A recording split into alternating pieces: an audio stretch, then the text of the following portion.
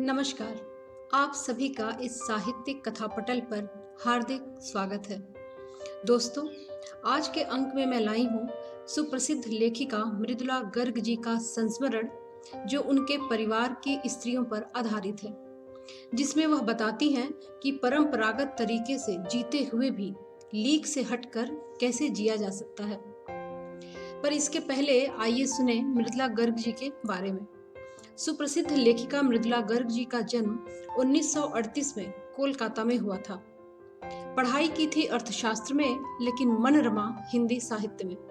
उपन्यास, कहानी, नाटक, निबंध, विधाओं में लगभग 25 पुस्तकों की रचनाकार मृदुला जी की रचनाओं का अनेक भारतीय भाषाओं में और विदेशी भाषाओं में अनुवाद हुआ है। उनके उपन्यास चितकुबरा, कठगुलाब और उसके हिस्से की धूप खासे चर्चित और लोकप्रिय रहे हैं। मिलजुल मन उपन्यास के लिए उन्हें सन 2013 में साहित्य अकादमी पुरस्कार भी प्राप्त हो चुका है। इनकी रचनाओं के केंद्र में घर के अंदर रहने वाली वह स्त्री है जो कई तरह के मुश्किलों से जूझती है। मेरे संग की औरतों में वे दिखाती हैं कि उनकी दादी, नानी, माँ, खुद उनकी और उनके बहनों की सोच कैसी थी, उनके परिवार का माहौल कैसा था। तो आइए सुने मृदुला गर्ग जी का संस्मरण, मेरे संग की औरतें। मेरी एक नानी थी, जाहिर है, पर मैंने उन्हें कभी देखा नहीं। मेरी माँ की शादी होने से पहले ही उनकी मृत्यु हो गई थी। शायद नानी से कहानी न सुन पाने के कारण बाद में हम तीनों बहनों को खुद कहानी कहनी पड़ी। नानी से कहानी भले न सुनी हो, नानी की कहानी जरूर सुनी और बहुत बाद में जाकर उसका असली मर्म समझ में आया। पहले इतना ही जाना कि मेरी नानी पारंपरिक अनपढ़ पर्दानशी औरत थी, जिनके पति शादी के तुरंत बाद उन्हें छोड़कर बैरिस्ट्री पढ़ने विलायत चले गए थे। कैम्ब्रिज विश्वविद्यालय से डिग्री लेकर जब वे लौटे और विलायती रीति रिवाज के संग जिंदगी बसर करने लगे, तो नानी के अपने रहन सहन पर उसका कोई असर नहीं पड़ा। न उन्होंने अपनी किसी इच्छा, आकांक्षा या पसंद नापसंद का इजहार पति पर कभी किया। पर जब कम उम्र में नानी ने खुद को मौत के करीब पाया, तो 15 वर्षीय इकलौती बेटी मेरी माँ की शादी की फिक्र ने इतना डराया कि वे एकदम मुंहजोर हो उठी। नाना से उन्होंने कहा कि वे पर्दे का लिहाज छोड़कर उनके दोस्त स्वतंत्रता सेनानी प्यारेलाल शर्मा से मिलना चाहती हैं। सब दंग हैरान रह गए। जिस पर्दा नशी औरत ने पराये मर्द से क्या, खुद अपने मर्द से मुंह खोलकर बात नहीं की, आखिरी वक्त में अजनबी से क्या कहना चाह सकती हैं। पर नाना ने वक्त की कमी और मौके की नजाकत की लाज रखी। सवाल जवाब में वक्त बर्बाद करने के बजाय फौरन जाकर दोस्त को लिवा लाए और बीबी के हुजूर में पेश कर दिया। अब जो नानी ने कहा वह और भी हैरत अंगेज था। उन्होंने कहा, वचन दीजिए कि मेरी लड़की के लिए वर आप तय करेंगे। मेरे पति तो साहब हैं और मैं नहीं चाहती मेरी बेटी की शादी साहबों के फरमानदार से हो। आप अपनी तरह आजादी का सिपाही ढूंढकर उसकी शादी करवा दीजिएगा। कौन कह सकता था कि अपनी आजादी से पूरी तरह बेखबर उस औरत के मन में देश की आजादी के लिए ऐसा जुनून होगा। बाद में मेरी समझ में आया कि दरअसल वे निजी जीवन में भी काफी आजाद ख्याल रही होंगी। ठीक है, उन्होंने नाना की जिंदगी में कोई दखल नहीं दिया, न उसमें साझेदारी की, पर अपनी जिंदगी को अपने ढंग से जीती जरूर रही। पारंपरिक, घरेलू, उबाऊ और खामोश जिंदगी जीने में आज के हिसाब से क्रांतिकारी चाहे कुछ न रहा हो, दूसरों की तरह जीने के लिए मजबूर न होने में असली आजादी कुछ ज्यादा ही थी। खैर, इस तरह मेरी माँ की शादी ऐसे पढ़े लिखे होनहार लड़के से हुई, जिसे आजादी के आंदोलन में हिस्सा लेने के अपराध में आईसीएस के इम्तिहान में बैठने से रोक दिया गया था और जिसकी जेब में पुश्तैनी पैसा धेला तक नहीं था। माँ बेचारी अपनी माँ और गांधी जी के सिद्धांतों के चक्कर में सादा जीवन जीने और ऊंचे ख्याल रखने पर मजबूर हुई। हाल उनका यह था कि खादी की साड़ी उन्हें इतनी भारी लगती कि कमर चनका खा जाती। रात रात भर जाग कर वे उसे पहनने का अभ्यास करती, जिससे दिन में शर्मिंदगी न उठानी पड़े। वे कुछ ऐसी नाजुक थीं कि उन्हें देखकर उनकी सास यानी मेरी दादी ने कहा था, हमारी बहू तो ऐसी है कि धोई पोछी और छींके पर टांग दी। गनीमत यही थी कि किसी ने उन्हें छींके पर से उतारने की पेशकश नहीं की। क्यों नहीं की, उसकी दो वजह थी। पहली यही कि हिंदुस्तान के तमाम बाशिंदों की तरह उनके ससुराल वाले भी साहबों से खासे अभिभूत थे और मेरे नाना पक्के साहब माने जाते थे। बस जात से हिंदुस्तानी थे, बाकी चेहरे मोहरे रंग ढंग पढ़ाई लिखाई सब में अंग्रेज थे। मजे की बात यह थी कि हमारे देश में आजादी की जंग लड़ने वाले ही अंग्रेजों के सबसे बड़े प्रशंसक थे, गांधी नेहरू हों या मेरे पिताजी के घर वाले। भले लड़का आजादी की लड़ाई लड़ते जेब खाली शोहरत सिर करता रहे, दबदबा उसके साहबी ससुर का ही था। एक आन बान शान वाले साहब ने उनके सिर फिरे लड़के को अपनी नाजुक जान लड़की सौंप दी। इससे रोमांचक क्या कोई परिकथा होती। नानी की सनक भरी आखिरी ख्वाहिश और नाना की रजामंदी, वे रोमांचक उपकथाएं थीं जो कहानी के तिलिस्म को गाढ़ा बना चुकी थी।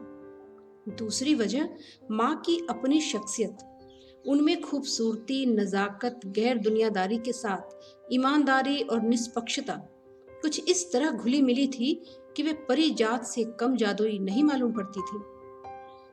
उनसे ठोस काम करवाने की कोई सोच भी नहीं सकता था।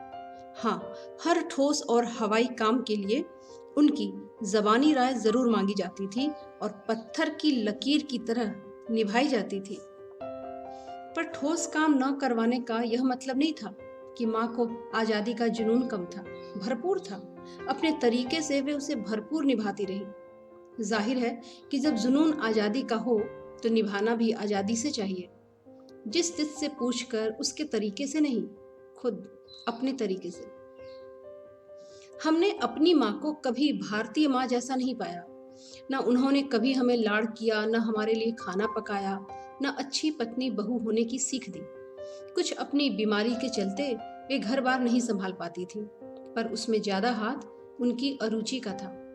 उनका ज्यादा वक्त किताबें पढ़ने में बीतता था, बाकी वक्त साहित्य चर्चा में या संगीत सुनने में, और वे ये सब बिस्तर पर लेटे लेटे किया करती। फिर भी जैसा मैंने पहले कहा था कि हमारे परंपरागत दादा दादी या उनकी ससुराल के अन्य सदस्य उन्हें न नाम धरते थे, न उनसे आम औरत की तरह होने की अपेक्षा रखते थे। उनमें सबकी इतनी श्रद्धा क्यों थी, जबकि वह पत्नी, माँ और बहू के किसी प्रचारित कर्तव्य का पालन नहीं करती थी? साहबी खानदान के रौब के अलावा मेरी समझ में दो कारण आए हैं। पहला, वे कभी झूठ नहीं बोलती थी, और दूसरा, वे एक की गोपनीय बात को दूसरे पर जाहिर नहीं होने देती थी। पहले के कारण उन्हें घर वालों का आदर मिला हुआ था और दूसरे के कारण बाहर वालों की दोस्ती। दोस्त वे हमारी भी थी। माँ की भूमिका हमारे पिता बखूबी निभा देते।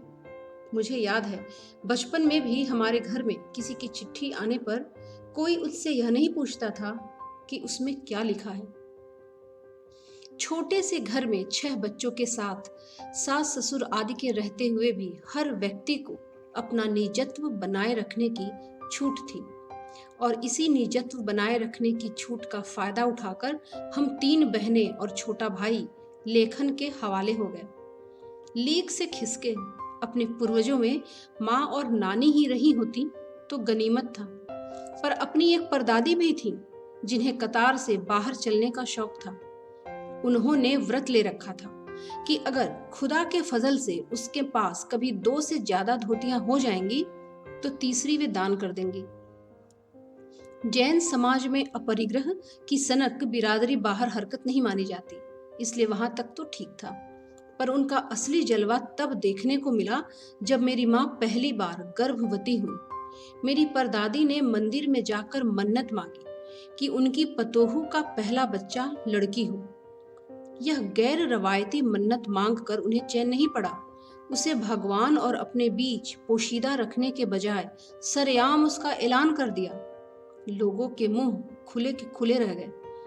उनके फितूर की कोई वाजिब वजह ढूंढने न मिली। यह भी नहीं कह सकते थे कि खानदान में पुश्तों से कन्या पैदा नहीं हुई थी, इसलिए माँ जी बेचारी कन्यादान के पुण्य के अभाव को पूरा करने के चक्कर में थी, क्योंकि पिताजी की ही नहीं दादाजी की भी बहनें मौजूद थी। हाँ, पहला बच्चा हर बहू का बेटा होता रहा था। खैर, माँ जी ने अपनी तरफ से कोई सफाई नहीं दी, बल्कि बदस्तूर मंदिर जाकर मन्नत दोहराती रही। पूरा नकुड़ गांव जानता था कि माँ जी का भगवान के साथ सीधा सीधा तार जुड़ा हुआ है, बेतार का तार। इधर वह तार खींचती, उधर टन्न से तथास्तु बजता। मेरी दादी तो पहली मर्तबा में ही तैयार हो गई थी कि गोद में खेलेगी तो पोती। पर माँ जी की आरजू किस कदर रंग लाएगी, उसका उन्हें भी गुमान न रहा होगा। लड़की की गैर वाजिब जुस्तजू सुन भगवान कुछ ऐसी अफरा तफरी में आ गए कि एक न दो पूरी 5 कन्याएं एक के बाद एक धरती पर उतार दी। भगवान को क्या कहें, माँ जी के सामने तो नामी चोर भी अफरा तफरी में आ जाते थे। माँ जी और नामी चोर का किस्सा होश संभालने के बाद मैंने कई बार सुना था। चोर के दीदार की खुशनसीबी भी आई थी। हुआ यूं था कि किसी शादी के सिलसिले में नकुड़ की हवेली के तमाम मर्द बारात में दूसरे गांव गए हुए थे। औरतें सज धज कर रत जगा मना रही थीं।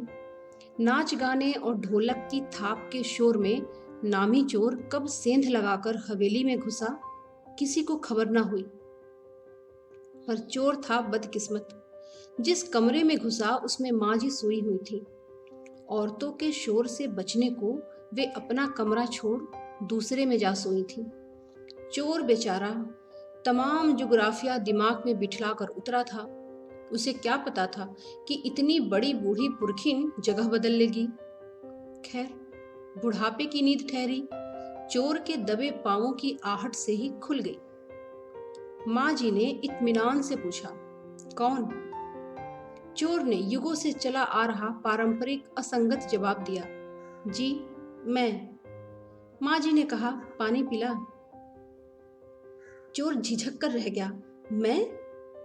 तब तक माँ जी बिस्तर के बराबर में टटोल कर देख चुकी थी। लोटा खाली था। ऐसा कर, उन्होंने कहा, यह लोटा ले और कुएं से पानी भर ला, पर देख कपड़ा कसकर बांधे रखियो और तरीके से छनियो। चोर घबरा गया। अंधेरे में इन्होंने कैसे जाना कि उसके मुंह पर कपड़ा बंधा है और कमर में भांग। भगवान से उनका तार जुड़े होने की खबर उसे थी, पर बुढ़िया भांग भी छानती होगी, एकदम यकीन न हुआ। इसी से कुछ हैरान परेशान हो उठा। तभी माँ जी ने कहा, जल्दी कर भाई, बड़ी प्यास लगी है। पर मैं तो चोर हूं, मारे घबराहट और धर्म संकट के चोर सच कह गया। माँ जी ने कहा, हुआ करे, प्यासे को पानी तो पिला, पर देख मेरा धर्म ना बिगड़ियो। लोटे के मुंह से कपड़ा ना हटाइयो, हाथ रगड़कर धो लीजो और पानी कपड़े से छान कर भरियो। आप चोर के हाथ का पानी पी लेंगी? कहा ना, रगड़ कर धो लीजो। सब नाच गाने में लगे हैं, तेरे और भगवान के सिवा कौन धरा है जो पिलाएगा? भगवान वहीं कहीं उसके बराबर में धरे हैं, सुनकर चोर कुछ ऐसा अकबकाया कि लोटा उठाकर चल दिया। पूरी एहतियात के साथ पानी भरकर लौटा तो पहरेदार ने धर दबोचा। कुएं पर देख लिया गया था। तब माँ जी ने लोटे का आधा पानी खुद पीकर बाकी चोर को पिला दिया और कहा, एक लोटे से पानी पीकर हम माँ बेटे हुए। अब बेटा, चाहे तो चोरी कर, चाहे खेती। बेटा बेचारा किस लायक रह गया होगा, सो रोमांचक धंधा छोड़ खेती से लगा। सालों साल लगा रहा। जब मैंने उन्हें देखा तो बड़ा भला मानुस बूढ़ा सा लगा, डरा डरा हैरान सा। अब खानदानी विरासत कहिए या जीवाणुओं का प्रकोप, उन दो सनकी बुढ़ियों के बीच मैं अच्छी फंसी। एक तरफ माँ जी के चलते अपने लड़की होने पर कोई हीन भावना मन में नहीं उपजी, दूसरी तरफ नानी के चलते देश की आजादी को लेकर नाहक रोमानी ही रही। 15 अगस्त 1947 को जब देश को आज़ादी मिली, या कहना चाहिए जब आज़ादी पाने का जश्न मनाया गया, तो दुर्योग से मैं बीमार थी। उन दिनों टाइफाइड खासा जानलेवा रोग माना जाता था। इसलिए मेरे तमाम रोने धोने के बावजूद डॉक्टर ने मुझे इंडिया गेट जाकर जश्न में शिरकत करने की इजाजत नहीं दी। चूंकि डॉक्टर अपने नाना के परम मित्र, उनसे ज्यादा नाना थे, इसलिए हमारे पिताजी, जो बात बात पर सत्ताधारियों से लड़ते भिड़ते फिरते थे, चुप्पी साध गए। मैं बदस्तूर रोती कलपती रही। क्या कोई बच्चा इकलौती गुड़िया के टूट जाने पे रोया होगा? मेरी उम्र तब 9 बरस की थी। इतनी छोटी नहीं कि गुड़िया से बहलाती, और इतनी बड़ी नहीं कि डॉक्टरी तर्क समझती। तंग आकर पिताजी ने मुझे ब्रदर्स कारामजो उपन्यास पकड़ा दिया। किताबें पढ़ने का मुझे मिराक था। जब कुछ देर बाद मैंने देखा कि पिताजी को छोड़कर घर के बाकी सब प्राणी पलायन कर चुके थे और पिताजी दूसरे कमरे में बैठे अपनी किताबें पढ़ रहे थे, तो रोना धोना छोड़कर मैंने भी किताब खोल ली। एक बार शुरू कर लेने पर उसने मुझे इतनी मोहलत नहीं दी कि दोबारा रोना शुरू करूं या कोई और काम पकड़ूं। उस वक्त ब्रदर्स कारामजो मुझे देने में क्या तुक थी, तब मेरी समझ में नहीं आया। किताब कितनी समझ में आई वह अब तक नहीं जानती, क्योंकि उसके बाद इतनी बार पढ़ी कि सारे पाठ आपस में गड्ढमड्ढ हो गए। कितना पहली बार पल्ले पड़ा, कितना बाद में, कहना मुश्किल है। पर इतना विश्वास के साथ कह सकती हूँ कि उसका एक अध्याय, जो बच्चों पर होने वाले अनाचार अत्याचार पर था, पहली बार में ही कंठस्थ हो गया। उम्र के हर पड़ाव पर वह मेरे साथ रहा और मेरे लेखन के एक महत्वपूर्ण भाग को प्रभावित करता रहा। जैसे जादू का कालीन, मेरा नाटक नहीं व 3 किलो की छोकरी जैसी कहानियां व कठगुलाब उपन्यास के कई अंश। माँ जी की मन्नत का असर रहा होगा कि मैं ही नहीं, मेरी चारों बहनें भी लड़की होने के नाते किसी हीन भावना का शिकार नहीं हुई। नानी, माँ और परदादी की परंपरा बरकरार रखते हुए लीक पर चलने से भी इनकार करते रहे। पहली लड़की जिसके लिए मन्नत मांगी गई थी, वह मैं नहीं, मेरी बड़ी बहन मंजुला भगत थी। घर का नाम था रानी, बाहर का मंजुल, लेखिका अवतार हुआ मंजुल भगत। क्योंकि लिखना शादी के बाद शुरू किया और अपना नाम बदलकर पति का ग्रहण करने में कोई हीन भावना आड़े नहीं आई, इसलिए पैदाइशी जैन नाम छोड़ भगत बनी। दूसरे नंबर पर मैं थी। घर का नाम उमा, बाहर का मृदुला। मैंने भी शादी के बाद लिखना शुरू किया, बतौर लेखिका नाम चला मृदुला गर्ग। मुझे याद है, जब हमने लिखना शुरू किया उससे कुछ पहले नारीवाद का चलन हुआ था। शादी के बाद नाम न बदलने का रिवाज उसी ने चलाया था। मनु भंडारी का हवाला देकर हमसे पूछा जाता था कि आप लोग इतनी पोगा पंथी घरघुस्सू क्यों हो, नाम क्यों बदला? हमारे पास इसका कोई ढंग का जवाब नहीं होता था, अब भी नहीं है। पर नाम बदलने से अपने व्यक्तित्व का कोई नुकसान होते मैंने नहीं देखा। पूछने को तो पिताजी से लोग यह भी पूछते थे कि 5 बेटियों से आपका मन नहीं भरा, जो हर बेटी के 2-2 नाम रख छोड़े हैं। मुझसे छोटी बहन का घर का नाम है गौरी और बाहर का चित्रा। वह नहीं लिखती। उसका कहना है कि इसलिए नहीं लिखती क्योंकि घर में कोई पढ़ने वाला भी होना चाहिए। खैर, उसके बाद जब 4वीं 5वीं बेटियां पैदा हुईं, तो पिताजी ने इतनी बात जमाने की सुनी कि उनका एक एक नाम ही रखा, रेणु और अचला। 5 बहनों के बाद एक भाई हुआ, राजीव। मजे की बात यह है कि बीच की 2 बहनें लेखन से बची रहीं। अचला और राजीव फिर उसमें जा फंसे। अचला मुझसे 8 साल छोटी है और वक्त के बदलाव की लाज रखते हुए अंग्रेजी में लिखती है, पर राजीव फिर हिंदी के हवाले। हम 4 लिखते हैं और तमाम खानदान हमें पढ़ता है। मेरी ससुराल में मुझे कोई नहीं पढ़ता। इस तथ्य को हजम करने में मुझे काफी वक्त लगा। फिर उसके फायदे भी नजर आने लगे। कम से कम घर के भीतर तो मुझे हिंदी आलोचना बुद्धि से 2-4 नहीं होना पड़ता। खैर, मैं अपनी नहीं, उन और देवियों की बात कहना चाहती हूँ जो परदादी की मन्नत के नतीजन धरती पर आई और लेखिका नहीं बनी। जो बनी, उन्हें सांस लेने की जरूरत कुछ ज्यादा हो समझ में आता है। जैसा मेरे पिताजी ने एक बार मंजुल से कहा, कोई दम नहीं घुटता, सांस लेने की जरूरत ही ज्यादा है। पर यहाँ तो हम शेर, तो गैर लेखिका बहनें सवा से। चौथे नंबर वाली रेणु का आलम यह था कि गर्मी की दोपहरी में स्कूल से वापसी पर जब गाड़ी उसे और उससे छोटी बहन अचला को बस अड्डे से लेने जाती तो रेणु उसमें बैठने से इनकार कर देती। उसका कहना था, यूं थोड़ा सा रास्ता गाड़ी में बैठकर तय करना सामंत शाही का प्रतीक है, जो शायद था, पर साथ ही पिता के अतिरिक्त प्यार का भी, और रसोइये को खाना खिलाकर जल्दी फारिग करने की लाचारी का भी। माँ तो सब चीजों से उदासीन रहती थी, पर पिता काफी कुढ़ते भूनते जब देखते कि अचला गाड़ी में बैठी चली आ रही है और रेणु पीछे पीछे पसीने में तरबतर। बचपन में एक बार चुनौती दिए जाने पर उसने जनरल थिमैया को पत्र लिखकर उनका चित्र मंगवा लिया था, जो एक मोटरसाइकिल सवार जवान आकर उसके हाथ में दे गया था। पड़ोस में उसका रुतबा काफी बढ़ गया था। गाड़ी में बैठने के साथ उसे इम्तिहान देने से भी परहेज था। स्कूल तो जैसे तैसे पास कर लिया, पर जब बीए का इम्तिहान देने की बारी आई तो वह अड़ गई। पहले मुझे समझाओ कि बीए करना क्यों जरूरी है, तब मैं इम्तिहान दूंगी। हाँ, अगर मुझे यकीन आ गया कि कोई फायदा है, वरना नहीं। हमने तरह तरह के तर्क दिए। माँ ने कहा, पिताजी से पूछो। पिताजी ने कहा, नौकरी कर पाओगी, शादी कर पाओगी, लोग इज्जत से देखेंगे, वगैरह वगैरह। कोई तर्क विश्वसनीय नहीं लगा, न रेणु को न खुद उन्हें। आखिर उन्होंने उसी कुतर्क का सहारा लिया जो युगों से माँ बाप के काम आता रहा है। कहा, बीए करो क्योंकि मैं कह रहा हूं, करो। रेणु ने बीए कर तो लिया, पर सिर्फ पिता की खुशी के लिए, यानी पास होने लायक नंबर लाकर।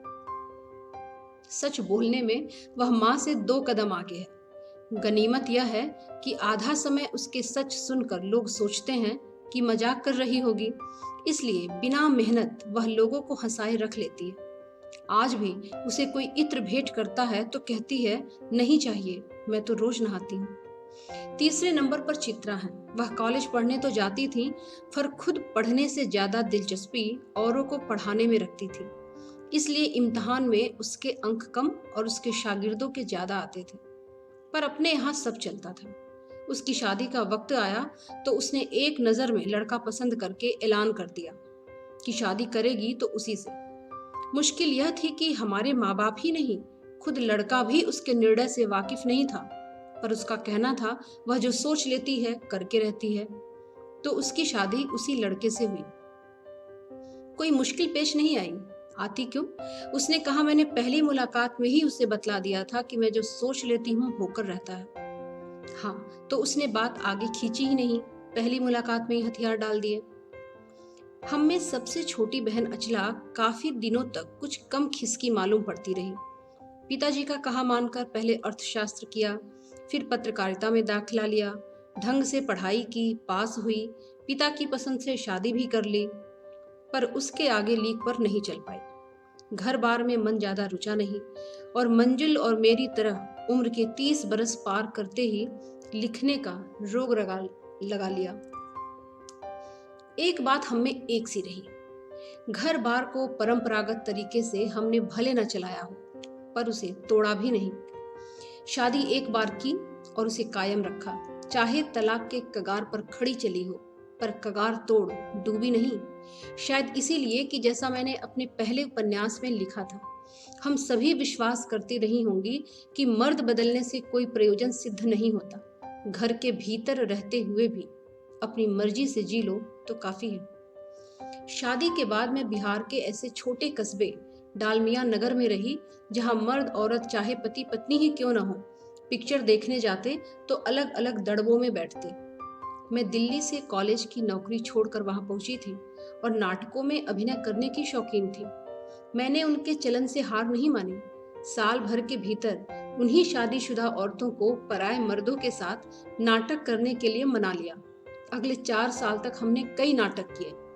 अकाल राहत कोष के लिए उन्हीं के माध्यम से पैसा भी इकट्ठा किया। वहां से निकली तो कर्नाटक के और भी छोटे कस्बे बागलकोट में पहुंच गई। तब तक मेरे 2 बच्चे हो चुके थे, स्कूल जाने लायक उम्र पर पहुंच रहे थे, पर वहां कोई ढंग का स्कूल नहीं था। लोगों की राय पर मैंने पास के कैथोलिक बिशप से दरख्वास्त की कि उनका मिशन वहां के सीमेंट कारखाने की आर्थिक मदद से हमारे कस्बे में एक प्राइमरी स्कूल खोल दे। उन्होंने कहा कि उस प्रदेश में क्रिश्चियन जनसंख्या कम है, इसलिए वहां स्कूल खोलने में असमर्थ थे। मैंने गैर क्रिश्चियन बच्चों को भी शिक्षा पाने के लायक सिद्ध करते हुए अपना इसरार जारी रखा। तब उन्होंने कहा कि हम कोशिश कर सकते हैं, बशर्ते आप हमें यकीन दिलाएं कि वह स्कूल अगले 100 बरस तक चलता रहेगा। मुझे गुस्सा आ गया। मैंने कहा, स्कूल की छोड़िए, किसी के बारे में यकीन नहीं दिलाया जा सकता कि वह अगले 100 बरस तक चलेगा। वे भी गुस्सा खा गए। बोले, खुदा का लाख शुक्र है, बच्चों के न पढ़ पाने की समस्या आपकी है, मेरी नहीं। बात कड़वी थी पर 100% सच। सच के आगे सिर झुकाने की हमारी बचपन की आदत थी। सो मैंने तय किया कि मैं खुद अंग्रेजी, हिंदी, कन्नड़ 3 भाषाएं पढ़ाने वाला प्राइमरी स्कूल वहां खोलूंगी और कर्नाटक सरकार से उसे मान्यता भी दिलवाऊंगी। वहां के अनेक मेहनती और खिसके लोगों की मदद से यह व्रत पूरा हुआ। ऐसे अनेक मौके आए जब मैंने अपने जिद्दीपन के नमूने पेश किए, पर सबसे ज्यादा उसने मंच पाया मेरे लेखन में, जो शुरू से अब तक लीक से खिसका अपनी राह खुद तलाशता रहा है। पर सब कुछ कर लेने पर भी मैं अपनी छोटी बहन रेणु के मुकाबिल नहीं पहुंच सकती। 1950 के अंतिम दौर में एक रात दिल्ली में एक साथ 9 इंच बारिश हुई। दिल्ली की खासियत यह है कि थोड़ा पानी बरसते ही वहां के नाले पर नालों में बाढ़ आ जाती है, पुलों के नीचे पानी भर जाता है। और इस कयामती बारिश के बाद तो सरकारी दफ्तरों के पहले तल्लों से फाइलें पानी में तैर आई थीं। अगली सुबह किसी तरह का कोई वाहन सड़क पर नहीं निकला। जाहिर है कि रेणु के स्कूल की बस भी उसे लेने नहीं आई। रेणु ने कहा, कोई बात नहीं, मैं पैदल चली जाऊंगी। सबने समझाया, स्कूल बंद होगा, मत जाओ। उसने कहा, आपको कैसे पता? इस सवाल का माकूल जवाब किसी के पास नहीं था। हमारे यहाँ फोन जरूर लगा हुआ था, स्कूल में भी रहा होगा, पर बारिश के चलते वह ठप पड़ा हुआ था। तो रेणु अकेली पैदल स्कूल चल दी। गनीमत यह थी कि बारिश एक मुश्त बरस लेने के बाद थम गई थी। सड़कों पर पानी था पर और बरस नहीं रहा था। तो रेणु 2 मील पैदल चलकर स्कूल पहुंची और जैसा हमने कहा था वह बंद था। चौकीदार रेणु को देखकर दंग रह गया, पर रेणु को कोई मलाल नहीं था। वह वापस 2 मील चलकर घर पहुंच गई। सबने कहा, हमने पहले ही कहा था। उसने कहा, स्कूल बंद था तो मैं वापस आ गई, इसमें आपका कहना कहां से आ गया? सोचती हूँ कैसे रोमांच का अनुभव हुआ होगा उसे उस दिन। जगह जगह पानी से लब लब करते सुनसान शहर में निचाट अकेले अपनी धुन में मंजिल की तरफ चलते चले जाना। सच, अकेलेपन का मजा ही कुछ और है। दोस्तों, अगर आपको ये कहानी पसंद आई तो आप इसे लाइक करें, कमेंट करें और इस चैनल को अपने दोस्तों में शेयर